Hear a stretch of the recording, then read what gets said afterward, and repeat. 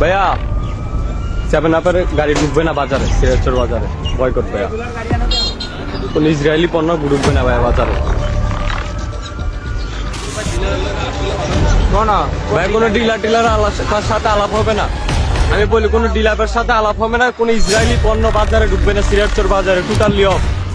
দোকানদার থেকেও বাজার কমিটি থেকেও, এটা বাজার কমিটি থেকে আপনারা গাড়ি ঘুরান এখানে। এটা তো আপনারা তো জানেন এখন বর্তমানে দেশের পরিস্থিতি, ঠিক আছে।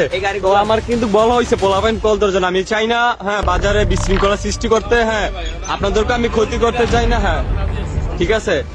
সিরাজগঞ্জ বাজারে কোনো ইসরায়েলি পণ্য ঢুকবে না, হ্যাঁ আমরা আজকে নিষেধাজ্ঞা দিয়ে দিচ্ছি আপনাদেরকে, আলটিমেটাম দিয়ে দিচ্ছি, হ্যাঁ নেক্সট টাইম আর আসবেন না, হ্যাঁ না ভাই টোটালি অফ।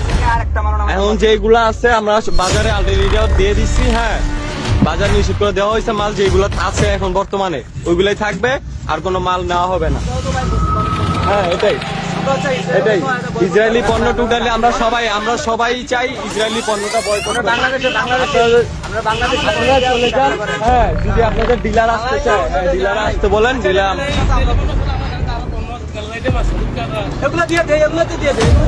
রূপচাঁদা এটা হচ্ছে ইয়া। আচ্ছা হ্যাঁ হ্যাঁ হ্যাঁ হ্যাঁ, আপনার হচ্ছে ইসরায়েলি পণ্য